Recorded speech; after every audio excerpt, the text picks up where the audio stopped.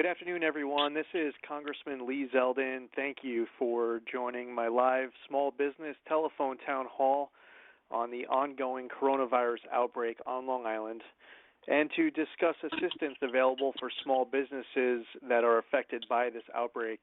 This is the second small business telephone town hall we're doing just in the last 2 weeks, and there have been a lot of updates since we last spoke. If you have any question during the call, dial *3 at any time.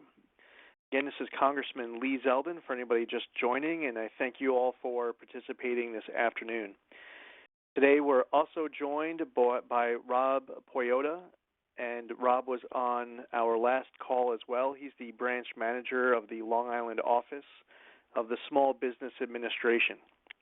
Last month, the Small Business Administration issued an emergency declaration making economic injury disaster loans available to small businesses and private nonprofit organizations in the state of New York, including Suffolk County. This action was taken following bipartisan calls for this declaration from myself and other elected officials serving within multiple levels of government.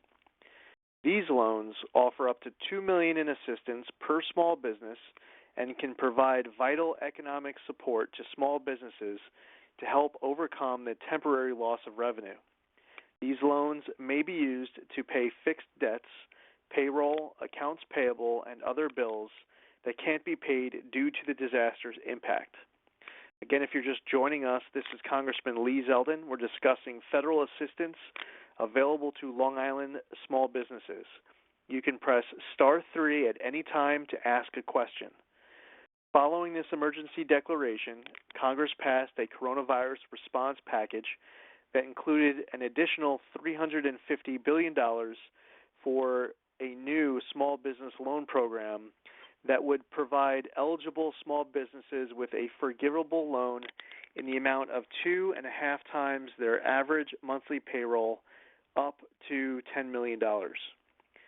Treasury has issued guidance that amounts dispersed in this loan are forgivable so long as those funds are used for eligible expenses, such as payroll, rent, utilities, mortgage interest, and no more than 25% of the funds are used for the eligible non-payroll expenses. The funds used for ineligible expenses will not be forgivable, and forgiveness will not be reduced. And forgiveness will be reduced if you decrease your full-time employee headcount, or if you decrease salaries and wages by more than 25% for any employee that made less than $100,000. I'm going to repeat that again. Treasury has issued guidance that amounts dispersed in the loan are forgivable so long as those funds are used for eligible expenses, payroll, rent, utilities, mortgage interest, and no more than 25% of the funds are used for the eligible non-payroll expenses. Funds used for ineligible expenses will not be forgivable, and forgiveness will be reduced if you decrease your full-time employee headcount or if you decrease salaries and wages by more than 25% for any employee that made less than $100,000. You have until June 30th of this year to restore your full-time employment and salary levels for any changes made between February 15th of this year and April 26th of this year. This program, known as the Paycheck Protection Program, is now open for applications, and today we're here to answer any questions you may have as you go through this application process. And again, if you have any question at any time during the call, press *3 to ask a question. We must do everything we can to ensure that our small businesses and the Long Islanders who rely on them emerge stronger than ever on the other side of this coronavirus outbreak. Now I'm going to bring in Rob, who can get us an overview of what he's seeing right now at the Small Business Administration. Rob? Thank you, Congressman. Well, listen, kudos to everybody on this call right now. You couldn't be in a better place listening to a better leader in Congressman Zeldin. Listen, this is an amazing scenario of epic proportions, folks. 50 states all declared disaster areas as it applies to small business. from the president on down to the smallest minute business entity, the paper boy, the paper girl, they're all concerned, But things are moving. Things are, fortunately, that we're improving. The Congress member mentioned some key movement in Congress to support the small business community. As of last night, $34 billion has been committed to small business loans through the CARES Act. So good things are happening. And everybody on this call, I'm sure, could care less about $34 billion being committed elsewhere. But the good news is it's happening right here on Long Island. I can't give you facts and figures. I do know anecdotally I've been exposed to a number of different folks who've contacted me where their loan packages have been accepted, money not dispersed yet, but that's a good sign. We do expect this week the first phase of the CARES Act to be rolling out with some funds from what we call the Economic Injury Disaster Loan Program, EIDL. We'll be using a lot of acronyms going back and forth. EIDL, Economic Injury Disaster Loan. That was the first big program the SBA rolled out a few weeks ago. And of course now, thanks to the nimble, quick response from Congress, we have the Paycheck Protection Program. So we'll call that the PPP, but I'll try to use the proper name where appropriate. But folks, a couple of quick points, and I think the key thing about this whole session is really the Q&A. But let me offer this. People are right now panicking or they feel challenged because lenders are not, or giving them a little bit of flack. They're not taking their application, or maybe stating that they have to be a client of the lender. Things are improving. This was thrust on the banks pretty suddenly without too much of a chance to really figure out how they can tool their process to accommodate the law. And that's being done rather nicely. So if you have a lender and maybe they seem like they're a little bit slow in working with you, just give it a little bit more patience. I'm not saying, go to sleep on this. You have to show your due diligence, but things will improve. By the way, you do not have to go to your own lender. Any SBA preferred lender can facilitate the PPP, the Paycheck Protection Program. So you're not forced to go to your bank. So that might be a little bit of solace. But a lot of people are getting really stuck on this PPP and worried about the banks are not accepting my loan fast enough. Do not forget about the Economic Injury Disaster Loan. A couple of changes have been made that really bears your attention. Number one, the advance. If you apply for the EIDL, again, one more time, Economic Injury Disaster Loan, you can check a box when you're applying. And the application process has changed somewhat. As of last week, they went to a more accelerated version. You're not even uploading your documents on this new version. And the new version allows you to check a box saying, I would like to apply for up to $10,000 of an advance for my EIDL. So that is totally forgivable. You may not get $10,000, depending on what kind of business you are and what your specs are. You may find you get less than that. But the point is, that is forgivable. So while you're looking for a lender, perhaps to help you with the payroll costs that the Congress member mentioned a little while ago under the PPP program, you can apply for both of these. That may be a change for some. I've gotten a lot of pushback from trade organizations saying, Rob, I heard you couldn't apply for both. That was kind of, I guess, maybe implied at first, but you can apply for both of these programs. And why wouldn't you want to apply for the EIDL if it offers an advance that is basically forgivable? The only big difference that I'd be remiss if I didn't mention, the key thing to remember, and Congressman Zeldin sort of went over this, but you have to use these loans for the appropriate utilization. And between the EIDL and the PPP, you cannot use these funds for the same thing. So if you're paying Johnny and Sally with proceeds from the EIDL loan program, you cannot apply to the PPP and get that funding and apply to Johnny and Sally as well. So there is a way to utilize these two together. And I'll end my comments here briefly in a moment, and then I'll turn it back over to the Congressman. There's just one of me and a couple of my colleagues in the city that can take your phone calls. I'm happy to do it. I'm a Long Island guy, and I would service every one of your questions, but it's not efficient. You need to be aware there are some great resources across Long Island you need to be aware of. And if you call me or email me or the Congressman's office, they'll put you in contact with a couple of the SBA resource partners. They are dedicated to do the SBA's work, like give technical advice on these kinds of critical tasks. We have the Small Business Development Center. On Long Island here, we happen to have the Stony Brook SBDC physically, at least the building is physically located at Stony Brook. We also have the Farmingdale SBDC physically located at SUNY Farmingdale. Because of what's going on around us, all of these staffs are working remotely. So if you need to get in contact with them, the Congressman's staff has the way to contact them. You also have SCORE, the Service Corps of Retired Executives. They operate out of my office in Hauppauge, but again, they are remote.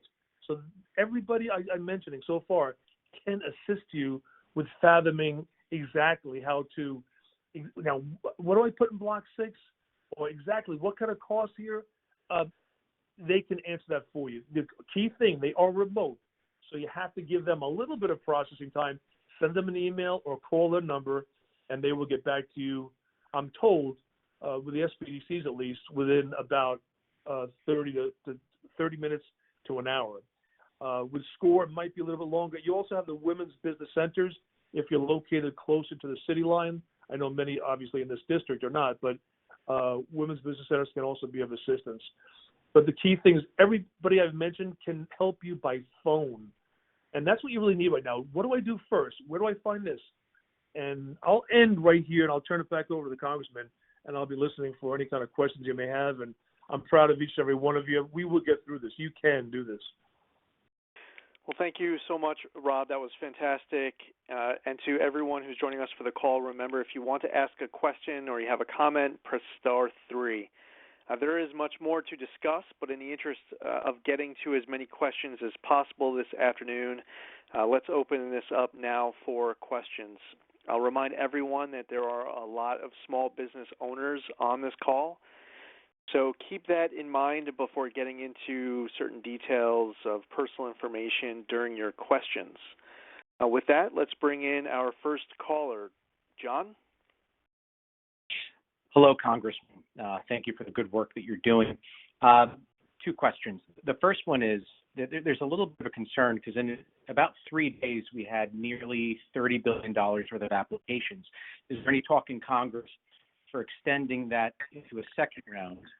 And then the next part of this is if my application were to go in today, and I guess this is directed more towards the Small Business Administration, gentleman that's with you, what's the timeline? So if I decide, I'm going to keep my staff employed, but the timeline's 2 or 3 months from now, there's a bit of a concern there. And that was all my questions. Yeah, no, I appreciate that. I'll take the first part, the first question, and then I'll turn it over to Rob for the second question. With regard to the first question, we are going to need to provide additional funding because this pot of money will run out, and there will be small businesses that were in great shape going into this coronavirus outbreak that will be able to survive this moment in time with the help and won't be able to survive this moment in time without the help. And this was a product of a decision made by the government to voluntarily shut down massive parts of our economy. So it's also the right thing to do, and really it's the right thing to do on many different levels. So there's discussion that as early as this week, during the week, that there will be an additional appropriation made by Congress that will be passed by the House and the Senate and then signed into law to ensure that this money doesn't dry up. So that's the answer to the first question, and now I'll turn it over to Rob for the second question. Thank you, Congressman. John, thank you for the question. The timeline. It depends on which program we're talking about. The PPP, which is the newest entry, as far as keeping your employees on staff, that the timeline is right now, given if everything were working and all lenders were firing on all cylinders, you walked into your bank or they told you to submit it online. The way this is designed, it's similar to another product the SBA has called the 7A loan, which I don't want to muddy the waters here, but the process between the time you submit it and the time you get an approvable letter, which means the check's kind of being cut, is about 10 days. I don't want to set expectations too high, but it could be that quick. Obviously, if it's the EIDL, the Emergency Impact Injury Disaster Loan, that a little bit longer, but the advance mechanism, if you select an advance as an option, you would get, by definition, at least what's on the books, that check should be on the way to you within 3 to 5 days. So you could sustain upwards of, let's say, close to $10,000, depending on your company. As far as the actual bulk of the EIDL for your operating expenses, that's probably be closer to maybe between 3 and 4 weeks for approval. That's why we're telling people, consider doing both. So that way your EIDL funds, you could allocate for those necessary expenses that, might prevent you from getting out of this entire problem. But in the meantime, your PPP submission might be coming to fruition in, let's say worst case 2 weeks, and that money would be allocated for your employees. And again, as the Congressman mentioned, there are a number of scenarios where all of the PPP money, all of it, could be forgiven if you just pass it along to your employees and keep the same staff you had going into this disaster. Thank you, Rob. And as an Army guy myself, I've been living acronyms for my entire adult life, and there's a whole lot of PPP and PPE conversations going on throughout my entire day. And I guess we'll be talking a lot more PPP here through the rest of the hour. We'll go to Teresa next. Hello. Hi, Teresa. Hi. I was wondering if there's anything that's going to be done about our rent that we have to pay, for to our landlords, maybe some kind of a real estate break or something if they give us free rent from now until the time we're allowed to go back into our businesses. Like, I'm not allowed in my business at all because I have a dance studio. And this is like the worst time for a dance studio because we have dance recitals right now, which makes us money to get through the summer, which we don't make any money in the summer. So, right now, all the money we make gets us to September. So a lot of dance studios are really hurting because of this. Thank you for the question, Teresa. And Rob, as far as the rent provisions of EIDL and PPP, do you mind getting into that?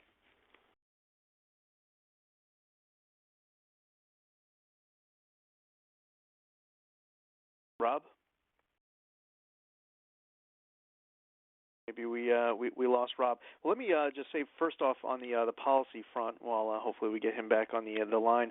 On the policy front, there are decisions made by some. The power lies within states and cities on deferring different payments. We're seeing some flexibility given as it relates to mortgages. With regards to forbearance, we've seen decisions made by New York State, by New Jersey, and elsewhere as far as mortgage payments and inability to pay. Hopefully, as we get Rob on the line, he'll be able to get into a little bit the EIDL provisions as well as the PPP provisions for rent. I don't anticipate, to be honest, I don't anticipate Albany passing a law that will say that people don't have to make payments towards rent.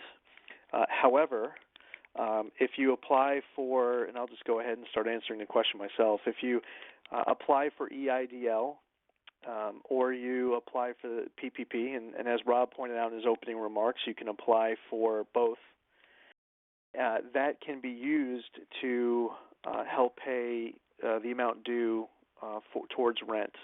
As I pointed out earlier towards the beginning of the call, the PPP has a loan forgiveness provision. So where the EIDL is a grant for up to $2 million. PPP is for up to $10 million. And the provision, I said it twice during the opening remarks, but if you choose to apply for that loan, the forgiveness will work so long as the funds are used for eligible expenses. Four examples I have here in front of me as far as eligible expenses include 1, payroll, 2, rent, 3, utilities, and 4, mortgage interest. So it's forgivable so long as those funds are used for eligible expenses and no more than 25% of the funds are used for the eligible non-payroll expenses, and that's where rent comes in. So payroll is going to have to be 75%. That's the threshold. And the 25% threshold is where rent, utilities, mortgage interest come in. That's basically the answer. I gave it for Rob. I hope he doesn't mind as we get him back online. You did great. Okay, all right, thanks. We got him. And but just be mindful as far as the forgiveness piece that there's the 75% threshold for payroll, and hopefully that answers your question, Teresa. And we're going to bring Joshua.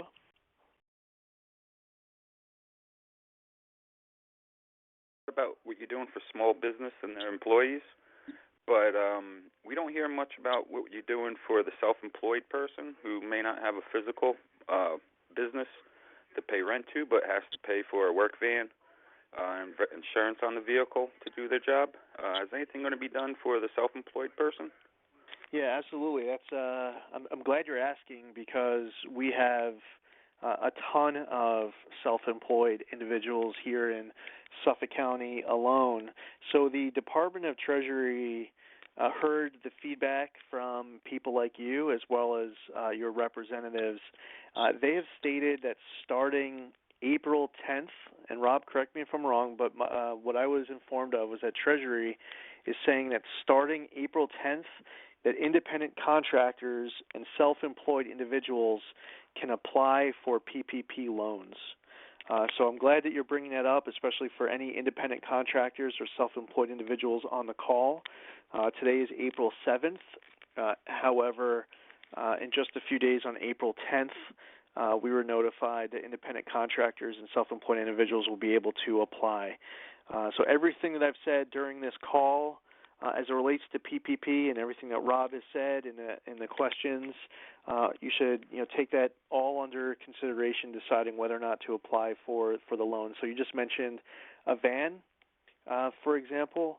There are different expenses that people have towards being able to operate their business. And I don't know, Rob, do you have any other feedback as it relates to the self-employed and what you're experiencing or what you're hearing? It's a very common question, Joshua, but thank you for bringing it up because it needs to be told again and again. First of all, what you're doing now, you would qualify for the EIDL. You have costs, whether it be van costs or if you owe a rental for storage, what have you. Also, I mean, you theoretically could put it towards paying yourself. You're an employee of yourself. The EIDL program, Economic Injury Disaster Loan Program, can be utilized for that. And I did want to mention real quick, I'm not a big fan of loans in general, but let's face it, we're in unique times. but the EIDL is a 30-year loan. So it doesn't sweeten the fact that you got to pay it back in most cases. But the point is, if you amortize that for whatever size business you are, it's a relatively affordable installment to get through this stuff, especially for the self-employed.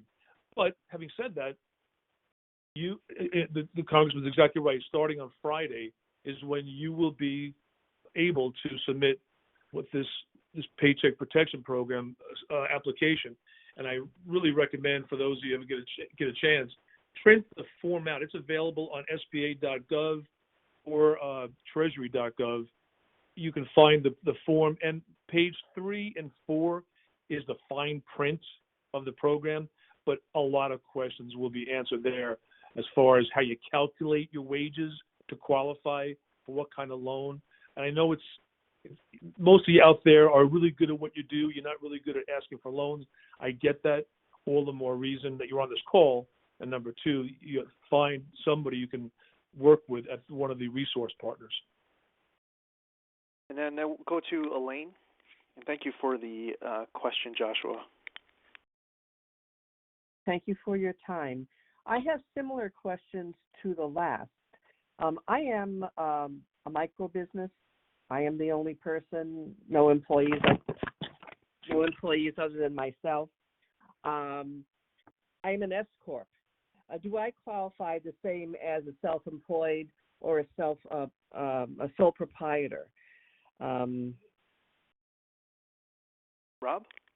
I also. No, please go ahead, Elaine. In fact, I received an acknowledgement from Bank of America. And what's the question with regards to Bank of America? Well, they said to apply as of Thursday. I already applied. I did receive a notification of what to send in, which was a lot of payroll tax filings and so on. The same as the previous person, I have lots of bills and expenses that I still need to be paid. I'm a certified WOSB. I'm a seasonal. All my events through June have been canceled. Will I be considered? Turn it over Absolutely. to our subject matter expert. Go ahead, Rob. No, Elaine, absolutely. You're a business owner, so absolutely, both programs will work for you. So, I mean, you are an employee as long as you have payroll records documenting. And again, the PPP, the bank will give you the form to show how you compute the amount of a loan for the Paycheck Protection Program is based on, as the Congressman suggested, it's your average monthly pay or compensation, and there's a formula to go through. But you have documents to show what your revenue is that you pay yourself. It's incumbent upon everybody listening. You have to have the records. I mean, you can probably get money relatively quickly. Even the advance will come fairly quick. Both these programs, you must certify that you are doing everything according to what they're asking, and then you'll be required to show the documentation afterwards. So I highly recommend, if you're not used to doing that kind of record keeping, you start. And number 2, as you get funding, and my colleague over at the Stony Brook Small Business Development Center, Bernie Ryba, likes to say, when you get these funds, make sure you put it in a separate account or use some kind of mechanism so you don't commingle, because you will need to access that when you start to reconcile after the fact in order to get forgiveness. I mean, it's time well spent. But Elaine, yes, you qualify. Thank you, Rob. And our next caller is Gary.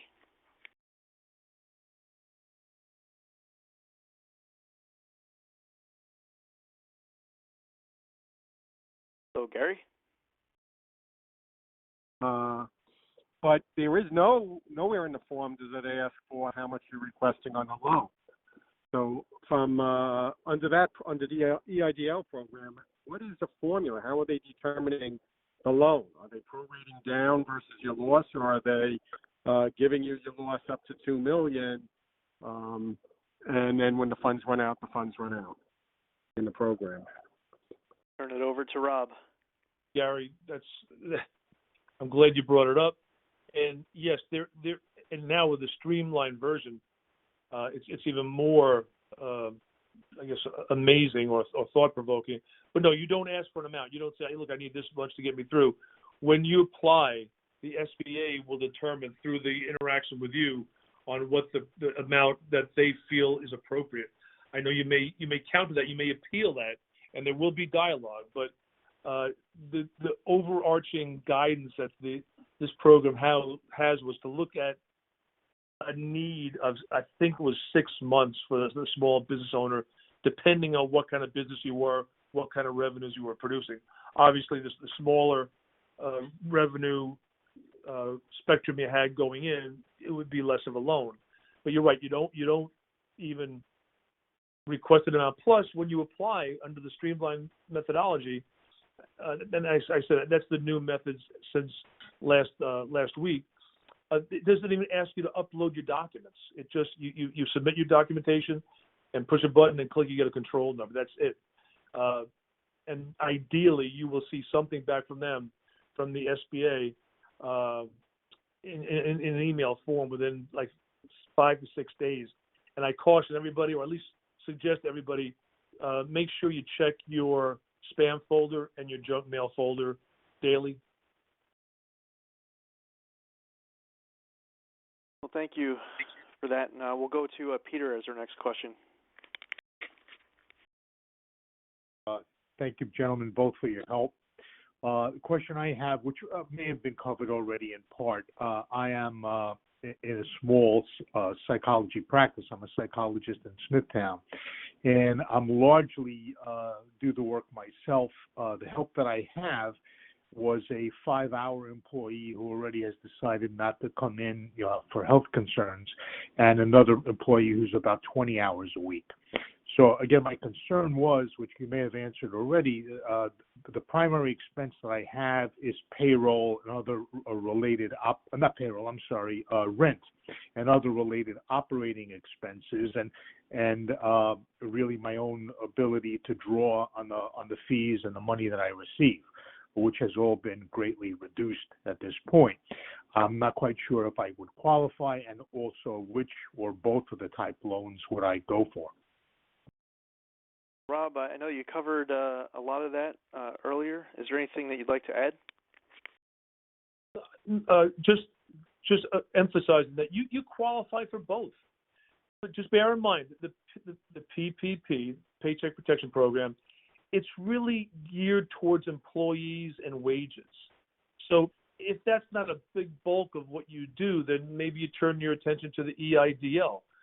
It's slower, it's long term, so the installments be very affordable. But everybody qualifies, almost everybody qualifies for both. So think along those terms. By the way, I don't know if we mentioned this iteration or not, but if you apply for both, and let's say the next week or so things become more clear and you recognize, I really only need the PPP because it's totally forgivable if I do everything just right.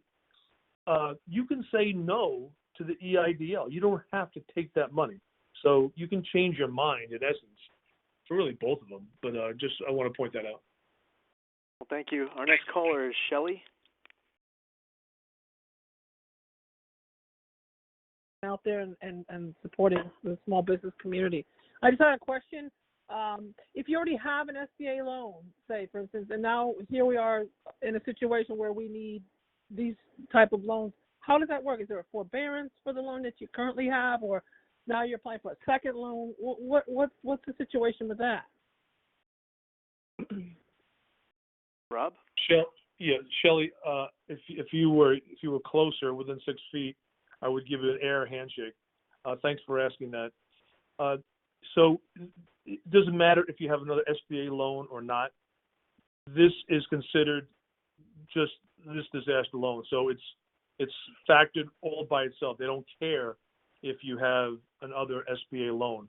As a matter of fact, there are some SBA loans that have deferments automatically of 6 months based on the situation going on here. So that's the SBA is really pretty. They're trying to be comprehensive here, recognizing the demand placed on you for debt service and whatnot. So please again, feel free to contact me or the SBDC to get more clarity on that. But this has no factor at all, the fact that you have another SBA loan. Thank you for the answer, Rob. Our next caller is Peter. Yes, hello. So with the new streamlined methodology in the disaster loan program, is the decision still a credit-based decision for a loan? And does this still require a personal guarantee? Turn it over to Rob.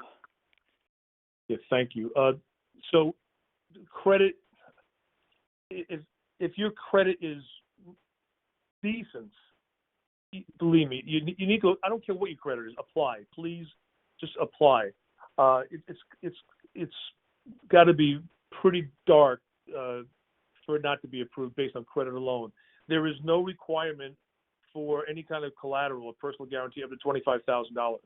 Above $25,000, collateral has to be pledged, and it can be.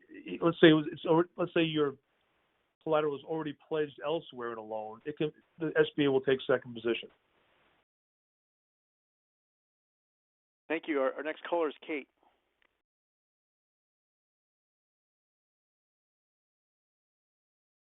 Hello?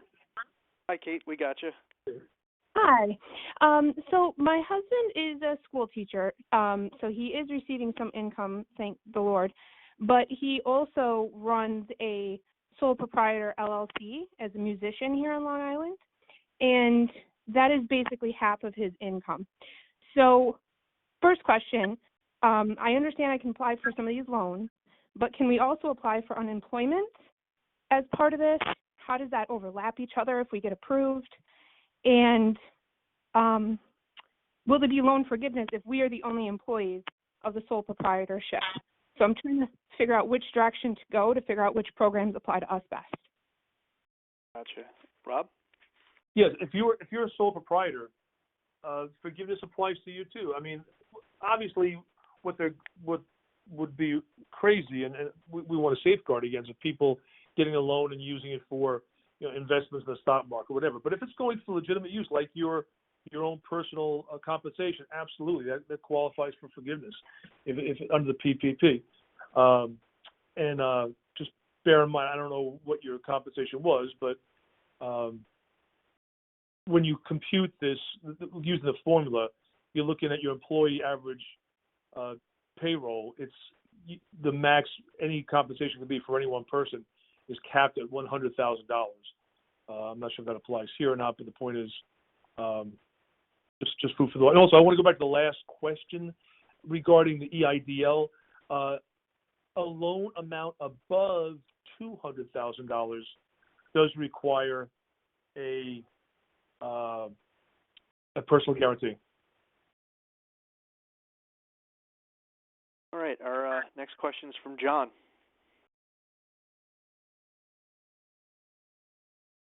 Hello, Congressman.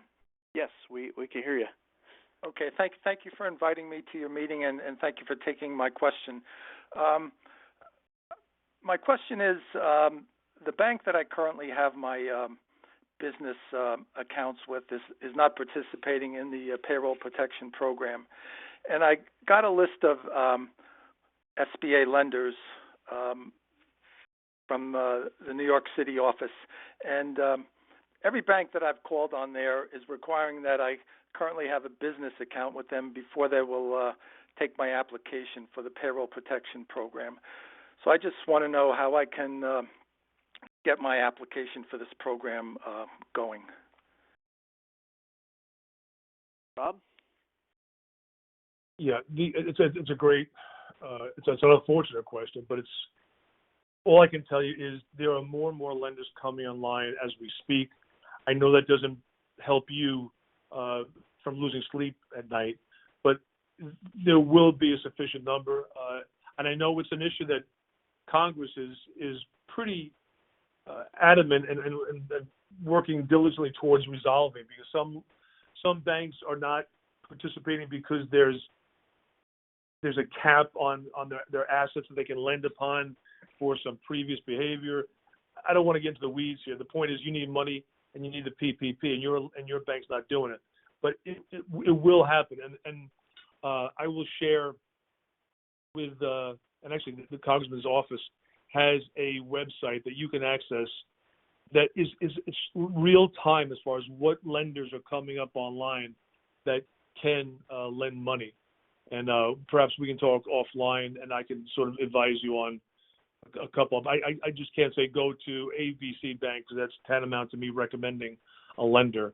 But it will resolve, and I do believe you will find a lender before the week's out. Yeah, and I appreciate referencing the website. I should point out that a lot of the information that we're discussing, a lot of additional information that we haven't been able to discuss yet during our hour together, if you go to zeldin.house.gov /small business assistance, that's a page that we set up on my website specifically dedicated towards additional information on this topic. Again, it's zeldin.house.gov /small business assistance. And we're going to go now to our next caller, Greg. Thank you for taking my call. Yeah, Rob? got you, Greg. Thank you. Okay. Two quick questions. I operate multiple 7-Eleven stores throughout Long Island, and I applied for the economic injury disaster loan, and I have not heard back. It's been about a week. And I was wondering when I hear back whether I am approved or not approved. And then the second question that I have can be both at the same time is that the PPP, the Payroll Protection Program, we were notified today from 7-Eleven that 7-Eleven was added to the list of approved vendors, I guess, or approved businesses with the SBA, and that will be coming online shortly. But we have issues with filling out that paperwork because the banking information that we deposit our funds in for our business is in 7-Eleven Inc.'s name, and they authorize us to whichever banks are closest to our locations. So the banking is not in our name; it's in someone else. It's in 7-Eleven Incorporated's name. So do we give those names? Rob? First of all, the timeline question. I've been led to believe, and I'm sticking with the story. You should hear something back on the EIDL application within 6 working days. That's unacceptable to me, but based on the demand, that's just what it's come to be. It will get faster, but that doesn't solve the problem for anybody out there who's waiting. So don't let it slide forever. Please establish a relationship with a small business development center advisor as soon as you can. It's going to help you in other ways than just this, but somebody can be bird dogging for you.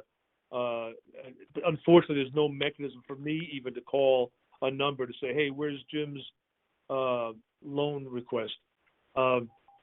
Regarding the PPP, the good news about the PPP is it has relaxed affiliation rules, which means 7-Eleven number of employees is I can't even guess, but it exceeds the SBA maximum threshold to finding a small business. But because they've modified the rules somewhat, as a store proprietor or a couple of stores, you have less than 500 employees. If you are in the NAICS category, for those who don't know, NAICS is North America Industrial Supply Code, I believe.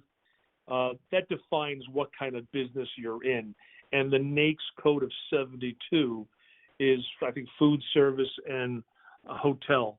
So if you are a sole proprietor of an institution like that, you can qualify now, where otherwise you would not have under the PPP.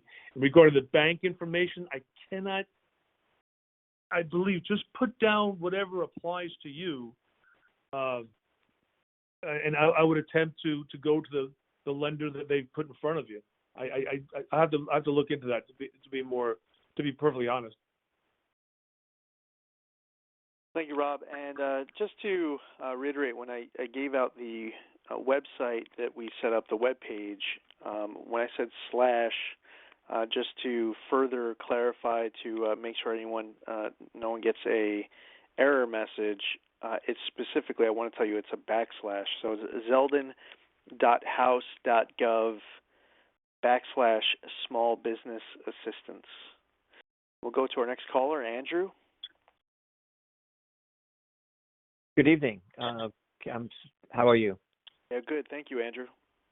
So we fall on the other end of the spectrum when you talk about small business. We employ over 300 people in Nassau and Suffolk County on Long Island, and we work with HSBC, and obviously we're dealing with quite a bit more cash flow. And the problem that we've run into is that at first HSBC had complained about the fact that they were unable to process the application with respect to not having clear direction, and that sounded more corporate than it did with respect to the SBA. But now that they've gotten through that, they're reporting problems with processing the applications through the SBA.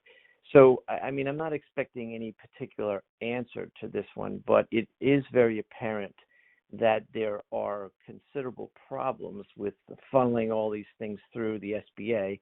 Understandable, but just wanted to, make you guys aware that these things are getting stuck and the large banks are having difficulty processing these things. No, that's a great point. That's a great point, if you don't mind, Congressman.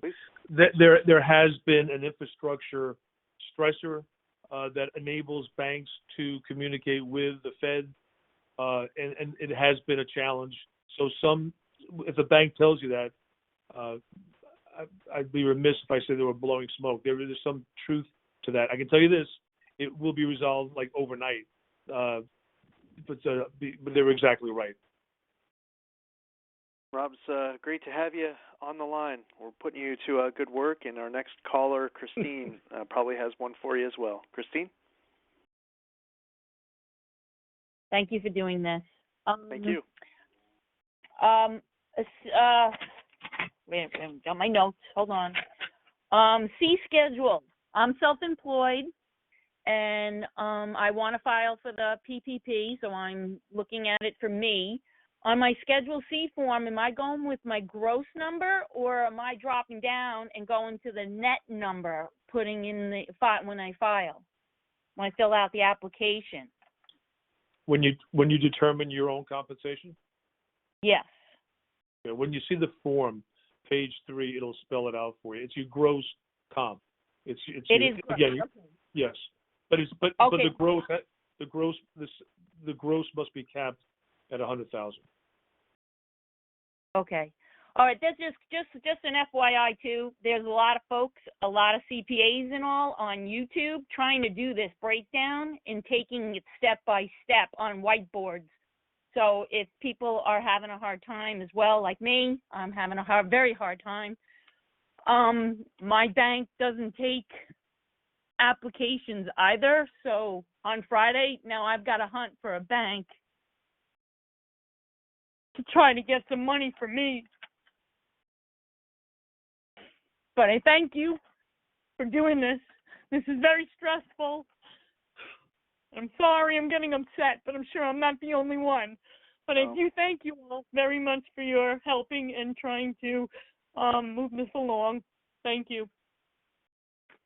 Thank you, Christine. I hope this works out for you in the next few days. And one of the reasons why Treasury made the change to allow self-employed to apply and independent contractors is that they heard a lot of feedback from across America of other people who were hurting. And I will definitely relay your message, the emotion, the stress, and it's really a very important reason why this pot of money can't dry up, and it must be funded at some point as early as this particular week to make sure that the money continues to go out to everyone in need. So thank you for taking the time, Christine. And I'm sure a lot of people on the call are also feeling a high level of stress as well to navigate the process. Valerie? Hi. Thank you, Congressman, and thank you, Rob. I'm calling it was a one-part question, but had a second one that's added since I've listened. We have applied for PPP through Bank of America, and initially on Friday we were turned down because we didn't have the proper credentials of having credit with the bank. We subsequently have gotten the application, have filed it. Any idea of a timeline of now? Because it was indicated to us this morning that the documents we uploaded would need to be approved by SBA. I thought everything was being done local. I was a little confused by what I heard this morning. Yes, thank you. And it kind of touches on what somebody else asked earlier on. But the issue is when you apply and Bank of America or any bank, they put it through their system. They must file through a number of software packages through an infrastructure that goes to the SBA, and that was it was slowed down by the demand. And again, I feel for everybody who's been delayed even one day. They will resolve it. It will be rectified. It had gone down last Saturday because of the major demand from Friday.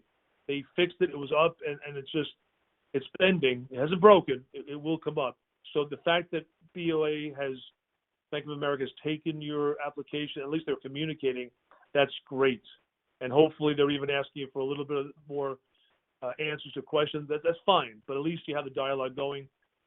I'm confident that things will move in the right direction for you. Thank you, Rob. Our next caller is Rodney. How you're doing? I am in a little bit different situation than most of these people on here. I'm a commercial property owner. I'm a landlord to 14 businesses that are not now paying me rent, which leaves me in quite a bit of a lurch because I've been to my local lender, who is a community bank, and it's within the past 8-year established mortgage, and they said, well, we can get you to pay interest only. Well, interest only on my mortgage is $22,000 a month on a $27,000 a month mortgage payment. So it kind of leaves me in a lurch. I really have no way to pay them the $22,000 a month with 14 businesses not paying me. So I'm wondering, is there anything in any of these packages that I would qualify for that would make me be able to be whole? Not only that, that's the first part. The second part is that I'm a retired businessman, and this is my primary source of income. So as of right now, I can't pay any of my bills. I have no money income. I don't know where I would in your bookstore office, and I've gotten, nobody really has an answer for me. Rob? In terms of this scenario, Rodney, with no employees, I would definitely apply for the economic injury disaster loan. Again, maybe it's a drop in the bucket, but I do believe everything you've articulated. You've got some serious costs that you need to pay for a finite amount of time because your tenants are not paying you. So clearly, to me, that seems, unfortunately, the bulk of the EIDL probably won't be approved for a good 3 weeks. That's one thing. The PPP might be appropriate, but again, for the forgiveness portion, if it's just you as the only employee, you may not have that big of a forgiveness opportunity. And lastly, I don't know who holds your mortgages, but if it happens to be an SBA loan, there is deferments that the SBA can automatically offer you. And even if it's not an SBA, a discussion with your mortgage holder, I got to believe a number of them will be flexible, recognizing the scenario, and allow some kind of deferment to help you get through. Because they don't want your property back. Most mortgage holders don't want to be landlords. They want their money, but given the situation, just have to have a discussion with them. That's all I can say. Thank you. Our next caller is Chris. Hello? Yep, I can hear you, Chris. Well, first, I'd like to thank you, Congressman Zeldin, for all you do for the 1st Congressional District before the pandemic, during the pandemic, and I know you'll be there for us all after the pandemic also. So thank you personally, from me to you. Thank you. Thank you for the message. And I also like to thank Rob and the SBA for everything that they're doing, because we kind of feel like we're out here on our own, and it's good to know that the SBA is backing us. So I have two questions. The first being, I'm a small contractor. I employ organized labor tradesmen, and I have a benefit program that I have to pay into every week. When I fill out my form to get the disaster relief, am I able to include their benefit package in the payroll portion of the loan application? And then the second question would be for Congressman Zeldin would be, does the bank that holds my payroll account have an obligation to service me by law? Well, I'll see. I bet you our expert's able to tackle both of those, but happy to jump in afterwards if necessary. Rob? The first question, Chris, yes. The money you pay in to the benefit plan, you can include in the program. Are they legally required to service you? If there's a blanket policy, if they just choose, like I know one lender that shall remain nameless, they've made a blanket statement they're just going to cater to the nonprofit space. And again, there's a reason they're capped with their lending ability because of some other issues. I don't know. I don't know the legality of saying no. I know it's happening a lot now, and a lot of it's because they got to figure out how to make it work. But Congressman, I'll pass that one to you. Yeah. So thanks, Rob, and I appreciate answering what you could there with the question. So there's an issue. I'm getting feedback of different lenders having some unique policies internally to their own approach to this program. Some I hear are looking for a particular type of business, a particular type of loan, and what we need to ensure is that not only are we getting the assistance to whichever small business that lender thinks is the best type of business to give a loan to, but ensuring that even people who are applying for far less money, who might be far smaller businesses, but otherwise they totally vet out for their application, that they're getting the support that they need. So there's a conversation going on right now about so now part of resolving this could be regulatory. It could be guidance put out by the Department of Treasury. The SBA has been involved in this process. Or it could be something that's passed through legislation if necessary. So right now, Congress is talking about needing to pass legislation as early as this week solely for the purpose of making sure that the funds don't run out. It is a possibility that there might be some fixes needed to ensure that more lenders are providing to a less personally selective population to ensure that the intent of the program is being met. That discussion is absolutely going on based off of feedback that members of Congress are providing to each other, to committees, to Treasury. So we'll see if additional guidance comes out with that, and see if lenders adjust their policies on that. But so far, by law, it seems like some lenders are finding ways to be selective in who they are providing for. But thanks, Rob, for first adding your perspective before I jumped in. And we'll go to Todd next. Todd?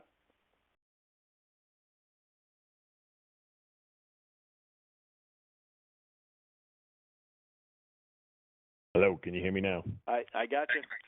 Hey, first of all, let me just say thank you to both of you for doing this today. And Congressman, I'm proud to have you representing our district. I'm a small business owner. I own a tavern. We were on the first wave of shutdowns by Governor Cuomo on the 16th, and I've already applied for the disaster relief, and I have a number. And from listening in, I understand I probably have a few more days till I get an email directing me what to do next. But as far as the PPP goes, generally the wages in my industry tend to be a little bit lower. And are we including the tips? Are we not including tips, et cetera, et cetera? But several of my employees have already filed for unemployment, which is a nightmare unto itself, and we'll keep that out. But with the additional $600 a week granted in this relief package, most of them at this point are better off getting the unemployment. Now, if I go for the PPP and I get that money and put it towards rent, I have, $1,000 a month just in insurance payments. I got one due tomorrow, just for my liability. And then rent's due on the 10th. So, I have big expenses, and, we've been shuttered 3 weeks, give or take. The way I read it, and I spoke to TD Bank, my rep there today, and the way that she understood it was, it sounds like I have to spend 75% of that money on current payroll, and the way we read it was that as long as you use it for expenses that are allowed and hire back the full staff by June 30th, it still falls under the forgivable. So could you possibly clear that up a little bit? Sure. Well, first of all, great job with the EIDL. And again, that because you're in the market for the PPP, you really want to try to do the best you can with the EIDL to use it on like working capital to sort of take care of that stuff. Again, you don't want to double dip, so you want to, since you're going to go for the PPP, you want to earmark that for your personnel. Now, you mentioned tips. Tips are on page 3 of the application. The bank's app may be a little bit different, but it clearly links. It talks about good faith employer estimate of such tips, payment, etc. So you can include tips as part of the compensation. The other point I wanted to mention was the key thing about this being forgivable is that you can't reduce the wages of the staff by more than, I think, 25%, but the head count must be the same. So if Johnny or Sally don't want to come back to work for you, it's too profitable off of unemployment, then you can rehire somebody else. As long as the head count is where it was, then you are within the framework of the forgiveness elements. So it's you have a lot of questions, and I believe overall, from what you told me, from what I heard, I think you're thinking the right way, and if you can get the staff back to where it was, you'll be in good shape. Yeah, a very important point with regards to headcount. It's not that you need to have the same employees. If for whatever reason you lose any employees, you can bring on additional employees. It's all based on headcount. Very important point that Rob made.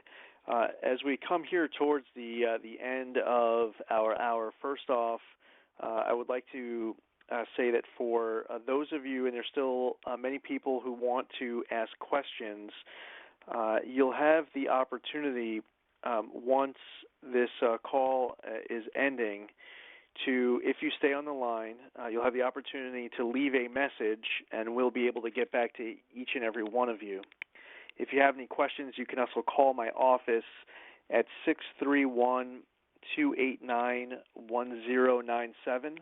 I'll also be sending an email to you later today to the email you provided when signing up for this afternoon's call. That message will include important information and links we've covered throughout this call. During the call, we also received questions that came in online, and we'll work to respond to everyone who submitted questions online. For example, I see that Chip and Seth are both asking if the EIDL loan is forgivable. My understanding, Rob, correct me if I'm wrong, but EIDL is not, but the PPP is. But EIDL don't have a forgiveness provision, correct? Just the advance. Just the advance. Okay, good. Glad you jumped in there. I see David asked, the American Dental Association notified its members that we can apply for both EIDL and the PPP loan concurrently. Is ADA correct? It is, but just keep in mind it has to be used for for different purposes. Just one more quick example here. Russell asks, is health insurance an eligible expense for PPP? So when we discussed payroll costs, and I think that's a great question and maybe one important point to hit here before we end. Payroll costs include salary, wages, commissions, or tips, which actually also gets into Todd's question just now. Salary, wages, commissions, or tips capped at $100,000 on an annualized basis for each employee. Employee benefits are also considered payroll costs. That includes costs of vacation, parental, family, medical, or sick leave. So that answers the question with regards to medical. Allowance for separation or dismissal, payments required for the provisions of group health care benefits, including insurance premiums. Okay, that goes towards your question as well, Russell, and payment of any retirement benefit. Also including payroll taxes, state and local taxes assessed on compensation, and also for a sole proprietor or independent contractor, that includes wages, commissions, income, or net earnings from self-employment, also capped at $100,000 on an annualized basis for each employee. It was once again great to have Rob on the call again. He was fantastic in answering as many questions as possible during our hour together. I appreciate all of you participating in this afternoon's telephone town hall for small business owners. It is an honor to represent all of you in our nation's capital. I really do believe that we have the greatest congressional district in the country. We're going through some challenging times right now, and I could definitely feel it in the emotion and the stress coming across in some of the comments during our hour together here. We will get through this outbreak together. We will emerge stronger than ever. And again, if you still have a question at the end of this call, please stay on the line. You'll be able to leave a message, and we will get back to every one of you. Thank you, everyone, and until next time, take care, be safe, be healthy, and that message is not just to you, but to all of your loved ones, to your family. God bless.